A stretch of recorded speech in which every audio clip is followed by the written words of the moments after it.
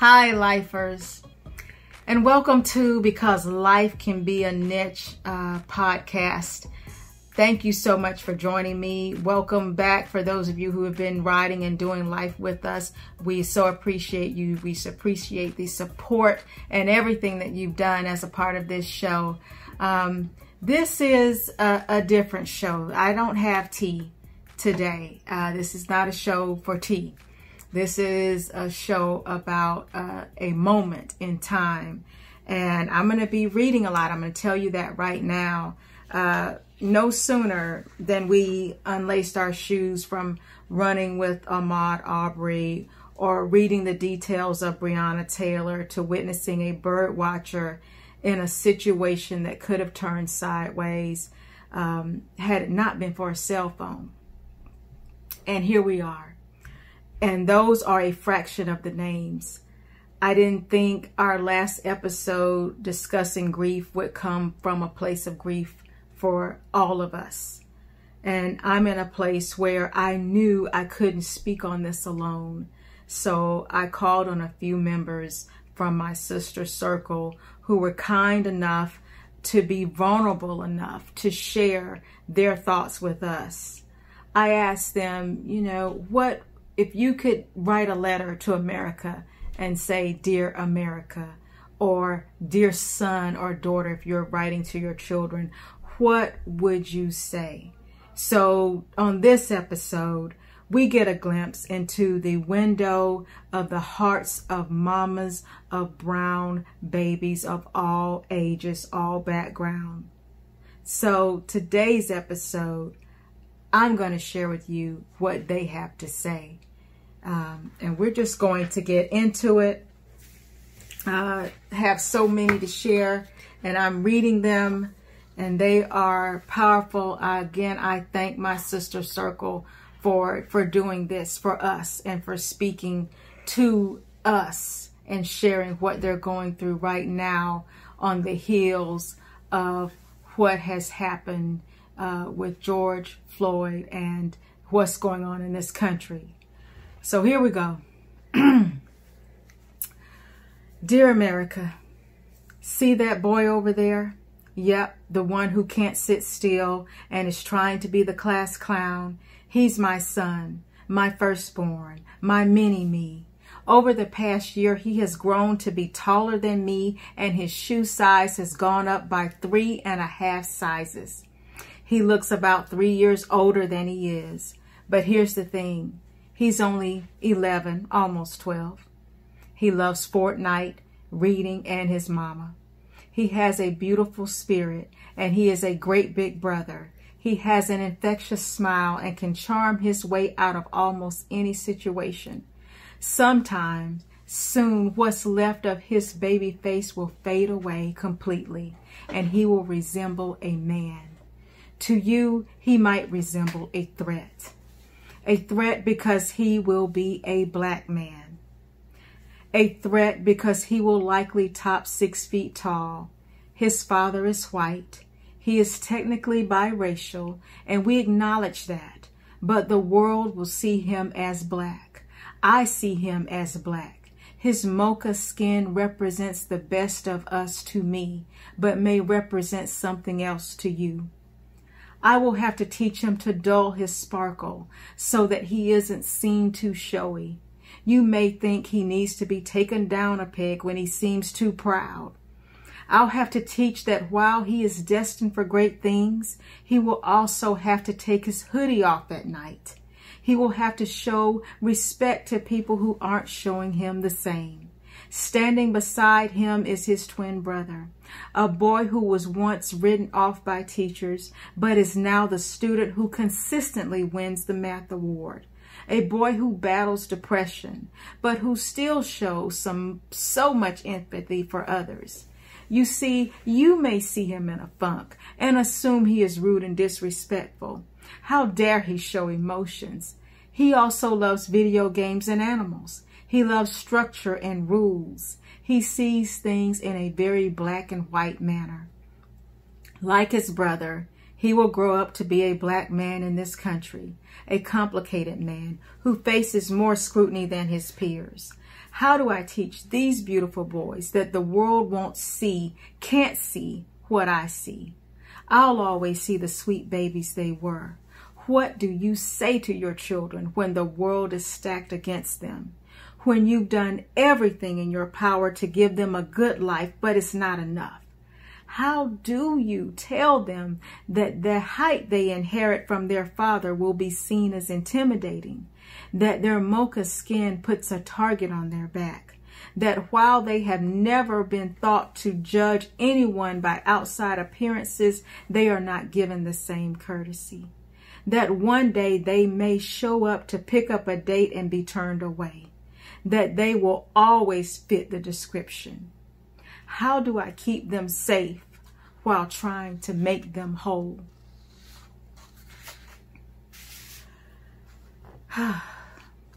Next one.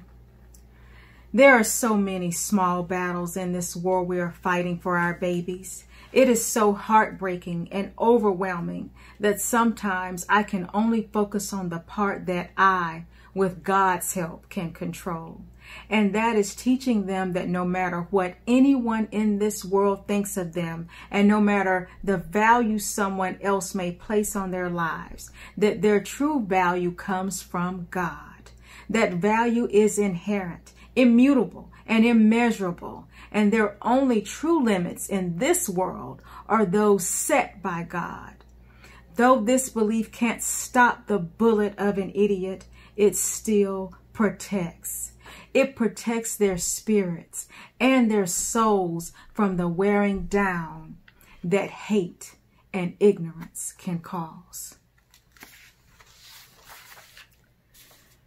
Dear America, I am in kindergarten and I took a snack to school each day.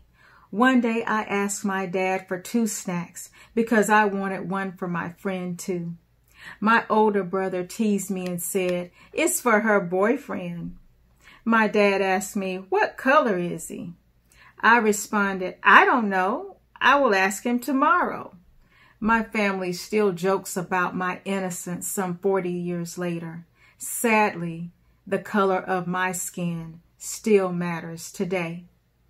It's Memorial Day 2020, and we are enjoying my parents' vacation home on an American beach, Amelia Island, Florida. I checked Twitter to see what Black Twitter has in store for me today. They keep me laughing, but not today. It's trending another unarmed Black man has been killed by a white police officer. My heart sinks. My Black son will be 14 years old in 2 days. His voice cracks. And there are times when I think, who's that man talking to my daughter? And I laugh because it's my baby boy. I begin to tear up. And my friends know that I am not a crier. And I wonder, can I keep him safe, or will he be a statistic? Have I sheltered him too much? Is our neighborhood too diverse? Maybe I shouldn't have sent him to a private Christian school. And my worst thought of all, did I marry the wrong guy? Does he believe me when I tell him he can't say and do the things he sees his white friends or his white dad do? I must educate my husband too. He understands more than the average white man, but he's still white. And I see his privilege, some to my benefit and some to our son's detriment. My son and I have the talks about what Black boys can't do and what to say. Our first and only rule for now is he is a minor. He is to tell anyone in authority, "I would like to call my parents," and then don't say another word. Silence is golden. He gets the same Black child speech. Don't touch things in store you aren't going to buy. Always be respectful, even when they don't deserve it. Tell them you don't know. You will need to ask my mom, etc. I constantly point out scenarios as we go about life of what he should do, or look, those kids are making a bad decision. He's learning in school they always believe the white girl. Stay away from them for now. This is and was a hard one for him because of our interracial family, but he is starting to understand. In 2 short years, he will be driving and not under my protective thumb. Will he remember all of this when the time comes? And it will come in this America. Next one. Here's my thought right now. Watch the video. Show your kids the video. This is real life, not a movie. Watch it. Feel it. Discuss it. Make a change. Go to school as your best. Go to restaurants as your best. Go to venues as your best. That way, they can't make excuses based on your behavior. Your previous record is spotless. There is nothing that will justify your death should you ever meet an Officer Chauvin. Next one. For me, I'm working to help my boys to understand history well. Of course, that's a process, but wanting them to really get systemic racism or that they can identify some of the nuances they are experiencing during life. I'm also trying to help them rectify religion and racism. That's the tough one for us. Them, as believers. People hide behind Christianity, and I want them to know the word so that they can educate others about the heart of God. Of course, we talk about how they interact with authority, how to demand respect from their peers, and how to stand up for any minority group that is seen as the underdog. Next one. Mom, can I? No, no, no. My common response to my 18-year-old these days is no. For fear that he may not make it back, fear that he will be racially profiled, fear that he will be perceived suspicious and intimidating, for fear that his 6'2" frame, 18-year-old body will be mistaken as a thief or make Karen feel uncomfortable. If you're pulled over, turn your phone on. Put your hands on top of the wheel. Comply and do what they ask you to do, even if they call you the N-word. Say yes, sir. Because, son, I love you and I want you to come home. And when you're home, I can finally rest. These are tough, y'all. These are hearts of mamas talking right now. Whew. Next one. We are having lots of discussions. As a mom of 4 boys, ages 25, 22, 20, and 12, and 1 girl, 16, not sure where to begin, but that my perspective is very different from that of my older boys, especially the 25-year-old. My 12-year-old is busy with activities and hasn't said much. I plan to do a temperature check on him. We are a house a bit divided on the matter, but my message to my children is peaceful, nonviolent protests are okay, that their voice matters, and support change through the proper channels like voting, getting involved, become active in organizations that support positive change. Most important, nothing through anger. Change doesn't happen overnight. You may have more, but just not right off the cuff. Be a part of the solution. All people aren't racist, but there are people that don't like, respect, or understand the differences. Next mama. Yesterday, my 12-year-old black son, my baby boy, asked me 2 questions. Mom, why did they let them kill him? And Mom, am I safe? I answer questions for a living. I solve problems. People refer to me as a fixer, like I'm some sort of bootleg Olivia Pope. I had no answer for my baby boy. I had nothing. This is what hopelessness feels like. My children recently lost their father, and as for me, I lost my husband and best friend. I'm a newly single mom navigating a deadly airborne virus and deadly racial disparity at the same time, and this is all on me. I need to have an answer other than not letting him out of my sight.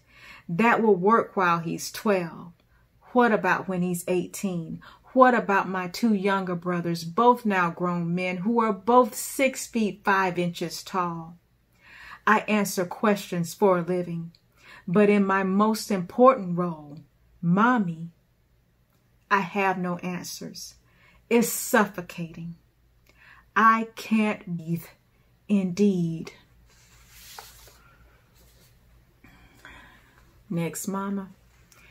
Dear Darren, Zachary, and Benjamin, you know I love each of you more than my own life. It's my love for you that makes me so afraid, so angry, so exhausted. I feel like a broken record. How many times will I have to talk to you about another senseless and unwarranted killing of a black man?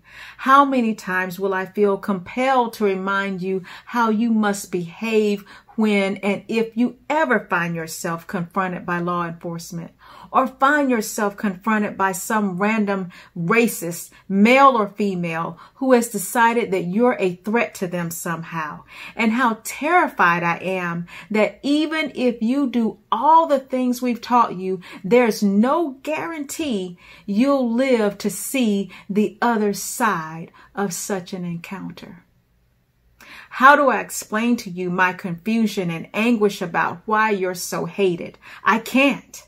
The people who hate you don't know you. They don't know how smart, caring, and loving you are. They don't know how big your hearts are. They don't care. They don't care that you have the same hopes and dreams that their children have. They don't care that you're absolutely no threat to them. Zach, they don't care that you want to develop a cure for diabetes so you can cure your grandmother. Benji, they don't care that you want to be a Major League Baseball player so you can make sure no one lives without food or shelter. They don't care. And I hate that I'm the one telling you this, but I'm telling you so you'll be prepared. I'm telling you so you'll be able to recognize it when it happens.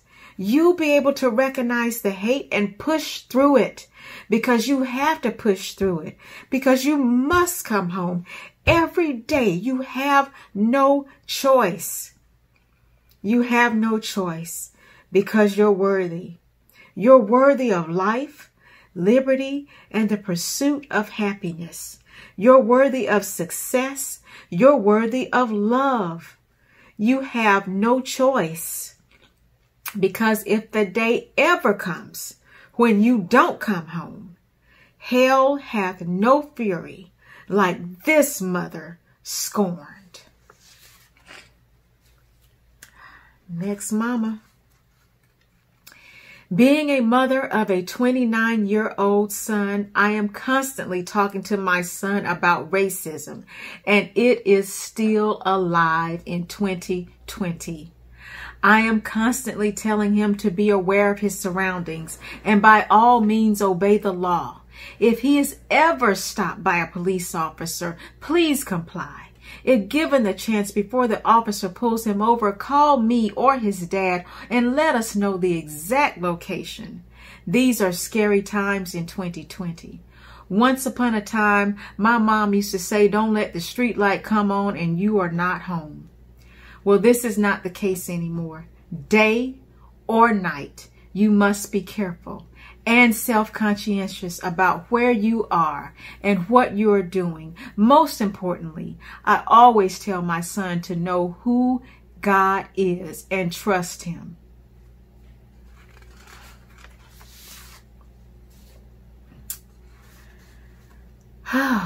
Next, mama. As I'm writing this, my heart is heavy, my shoulders are weighted, and emotions are running high, so high that the feeling of anxiety is consuming my body. Dear America, these are just a few emotions I feel daily when I think about what myself and millions of mothers across these United States of America who look at their warrior sons daily while the reflection of blatant racism is in their shadows. You see, my son has a brilliant mind, who has aspirations of attending college to study engineering. He's a rising sophomore, the true definition of an all-around athlete, a self-taught musician, and he's learning new languages. He's wise, creative, conscious, and understands the importance of family. I love the young man he is becoming, and I desire with all that I am to one day see him flourish into a successful Black man who loves himself and everything he represents. I want to one day see him get married, have children, and grow old with his village. I hold him close now, protecting him from the wicked and evil ways of this world. Yes, I know it may not be the best parenting approach, but God knows, and in many ways, so does my son. I know that one day I'll have to let him go, grow, and be. Be amazing, be God-fearing, and live a long, healthy, and prosperous life, one that will enrich the world. Next, Mama. Anxiety, fear, anger, and sadness. All of these have been my emotions this week. I'm praying over my sons, checking in with my sons, both college age, to make sure they are okay. I'm buying upgraded dash cameras for their cars, teaching them different ways to respond if they are pulled over or questioned by the police. I'm teaching them to be more aware and informed than just watching what's happening, but feeling confident to express themselves. It's important to me that they are secure with who they are and that they aren't as scared as I am. I'm vocal of the fact that I'm scared for them and my husband each time they walk out the door. I'm scared that because of where they were raised, they aren't as woke about topics and have been desensitized to life issues like this that can impact their life. More than anything, I'm praying for answers and guidance, but it's hard when I'm filled with disgust and anger. How do I raise my sons not to be racist, to be fair, when others raise their kids to fear mine? Next, Mama. I knew it was going to be hard raising a Black boy in this world from beginning, being a single parent. My son is now 28 years old and is 4 college credits from graduating. He is angry because on numerous occasions he has been targeted by the police and literally hates the police. I can remember one incident he told me about while attending SCAD in Savannah. He was walking home from attending class and the police stopped him, harassing him, questioning him. They did not stop until he showed them his school ID. That's just one incident. There have been several. He is rebellious, such as not wanting to cut his hair because he said that is how the white man wants him to look. I have been carrying this fear with me ever since he was born, because I knew the odds were against him. I fear that the police or his peers will harm or kill him. I hate when I can't reach him or fear getting that awful phone call. If I knew then what I know now, I probably would have made the choice to never have kids. I don't know if I have any words for this generation, because times have changed and I don't understand this generation. I know they're tired and they don't fight the same as my generation or the generations before us. And now that he is 28, my fear has gotten worse. At least when he was little, I could protect him. Now he is in God's hands to protect. Next, Mama.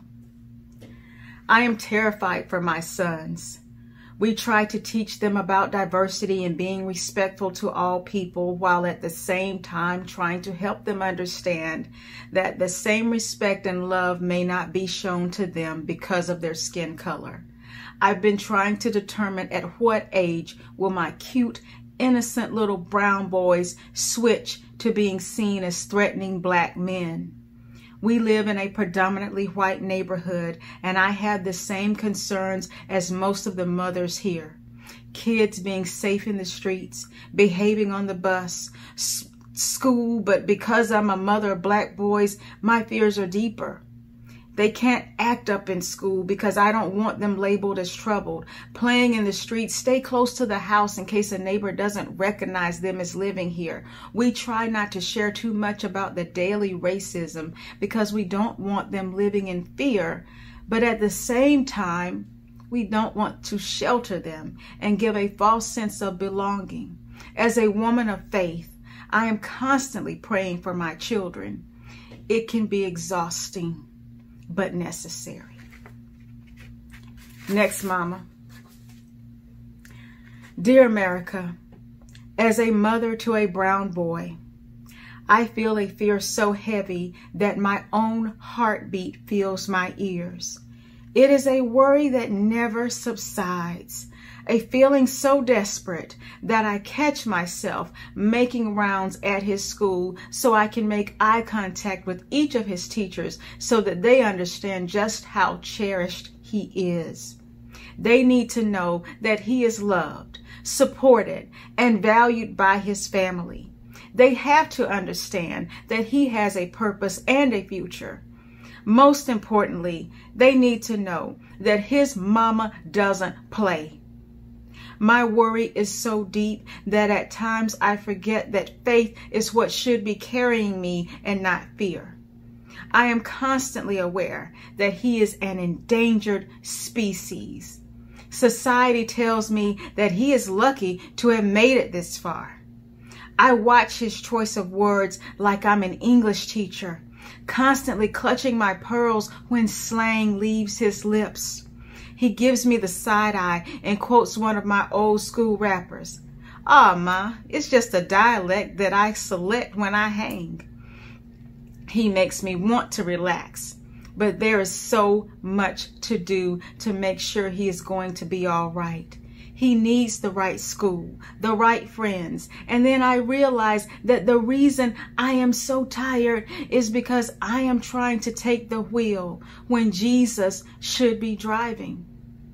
I get into prayer and calm my spirit a bit, but come Monday morning, my crazy slowly starts up again just because I've read the news about somebody's child not surviving the weekend.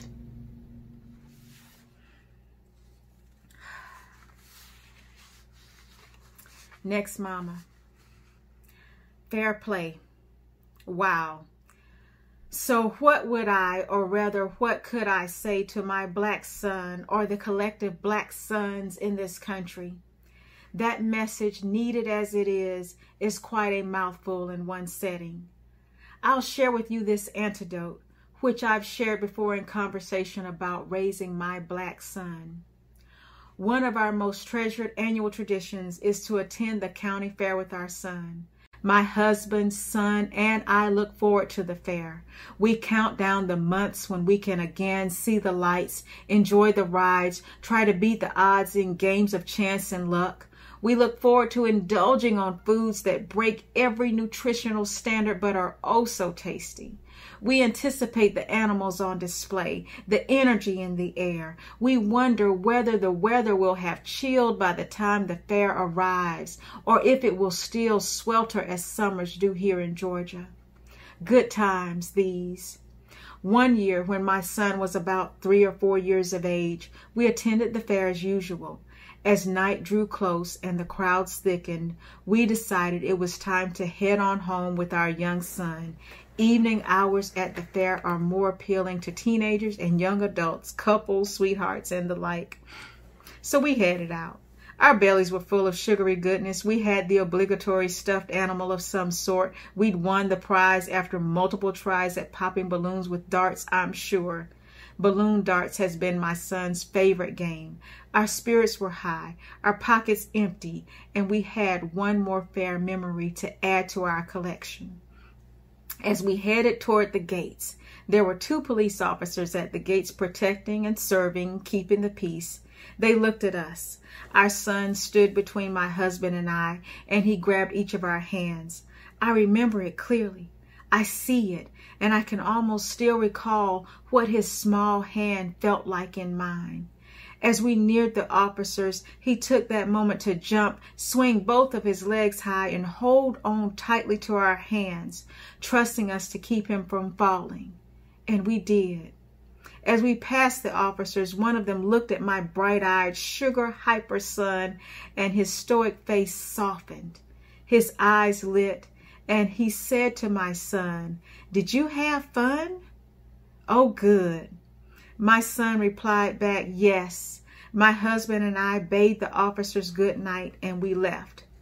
But as we left, bellies full, hands sticky, clutching our son between us, my husband and I had the same thought. In a few short years, our son would probably still want to attend the fair, but not with us. He'd still want to ride, but probably with his friends, or perhaps with a date. He'd still look forward to food, the games, the energy, but he'd attend it alone. That alone did not concern us. But then we considered what our son 10 years in the future would look like, and what he would sound like, what he would dress like. We thought about how his body would change and how his walk might evolve.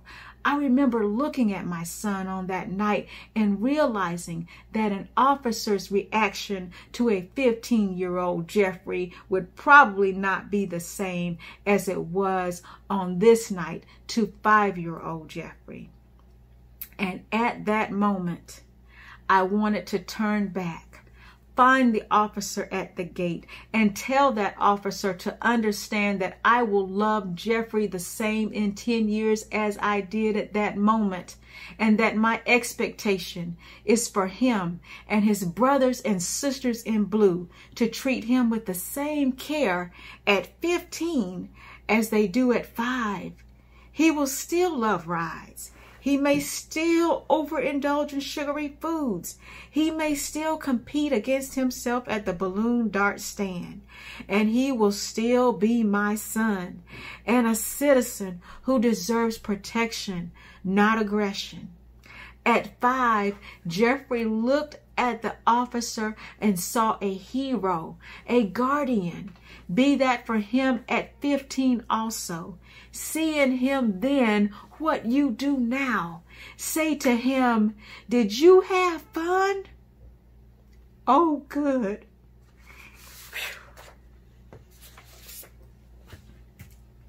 About to make it. We about to make it. Last mama. Woo. My sister Circa can write, baby. Oh my gosh. Okay. All right. Oh boy. Ahmaud Arbery's death sparked tons of conversation with the boys. They now understand what I mean of being aware of your surroundings, why I never let them walk the streets surrounding our neighborhood, because not everybody knows you. The woman in Central Park sent me over the rails. My nephew is an avid bird watcher and gets lost in the park for hours. Could have easily been him, but he wouldn't have thought to video. But seeing the cop look into the camera while killing George Floyd, it felt like he was looking directly into my eyes while doing it. Now I'm crying again. Me too. Woo! And now, y'all, it is so powerful. These are all the letters from so many mamas and so many thoughts raging through people's minds. And I did my own, be that as it may. And I hope I make it through it. So here we go. Mama, can you get me something to eat? Mom, I want snacks. Mama, can you watch me play Fortnite? All day, I hear my title ring out throughout this house. My sons, now 10 and 12, depend on me. They call on me. They request my assistance for every little thing, and secretly, I love it. I love hearing my sons beckon me first. After all, I'm the first woman they'll ever love. I'm their go-to. And while I half-heartedly complain about their long, lanky frames piling into my lap or draping across my legs, I'm grateful. My spirit is quieted because they are here in my line of sight, in my arms. You can't drive yet. They're not old enough to meet up with friends at some mall or park, and I know I'm on borrowed time. It moves too quickly, sooner than I want. My prayers will change from, please allow my son to be given the same opportunities as his friends and classmates, to please allow my sons to come home alive. Funny how primal our prayers get as they grow into the men that we're supposed to raise them to be. When they're babies, you pray for health, development, ability to socialize, that they learn to control their emotions and develop emotional intelligence.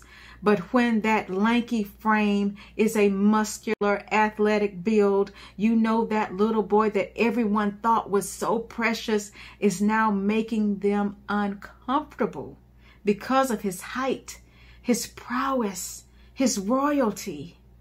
As much as I want to tell them the world is their oyster, I would be irresponsible if I didn't explain that not everyone will see your brilliance, your wit, your quirks, your insecurities, your desire to just have fun, to just enjoy life and your friends and your sports and your family and your world.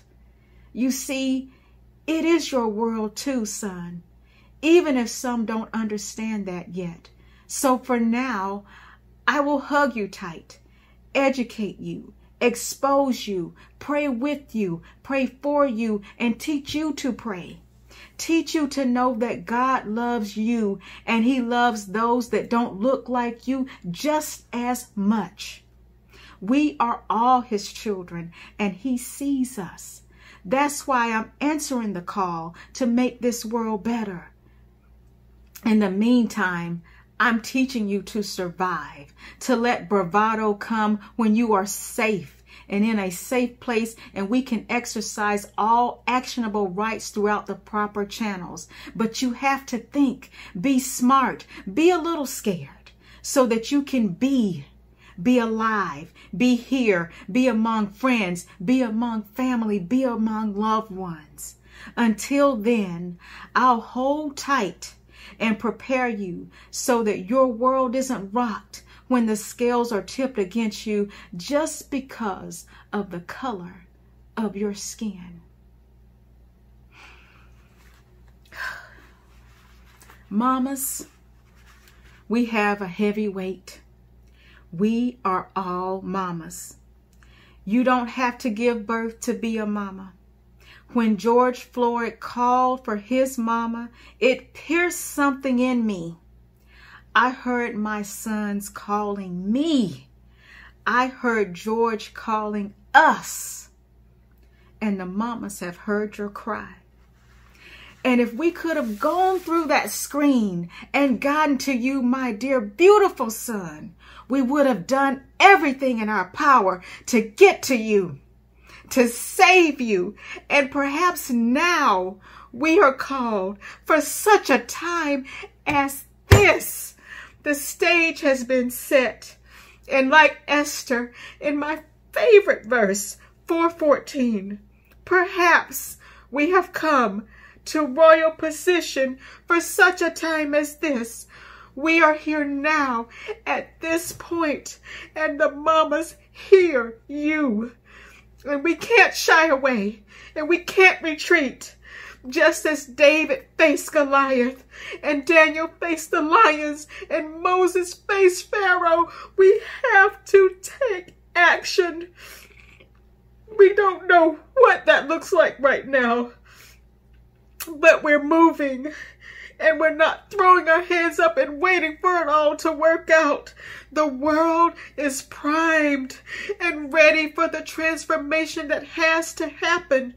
Amazing how sheltering in place makes us pay attention, and it makes us be still. And it's amazing how we're in the midst of a pandemic, yet our social conscience won't allow us to be socially distanced in the midst of this. Think about that. I believe George Floyd was calling out for his mama, but I also believe he was calling out to all mamas. Whether you're registering voters, speaking, giving financial support, supporting a king or queen who's leading the charge for change, or you're leading the change yourself, you are a mama. And it is time for all mamas to answer. We hear you, son. We hear you. Y'all got me fired up over here, and I don't leak easy, and I'm mad about it because I'm crying, and I don't do that. It's time for a family meeting. Y'all get in the comments, share your thoughts, share your hearts. Tell us what you share with your children, with your sons, with your loved ones. Perhaps we have come to this place at this time, during this pandemic, in the midst of this chaos, for such a time as this. Thank you for doing life with us. Lifers, we love you. Get in the comments. Follow on social media at KD Bryant Writes. Follow on YouTube. If you're watching this now, you're watching the channel, subscribe. It's free. Let's have a conversation, y'all. Got my makeup. Oh, my Lord. Thank you, mamas, for sharing your hearts with me. I love you. I love us. And I know that we can do better, and we will. We will do better. We are here for such a time as this. Be good, and I'll see you when I see you.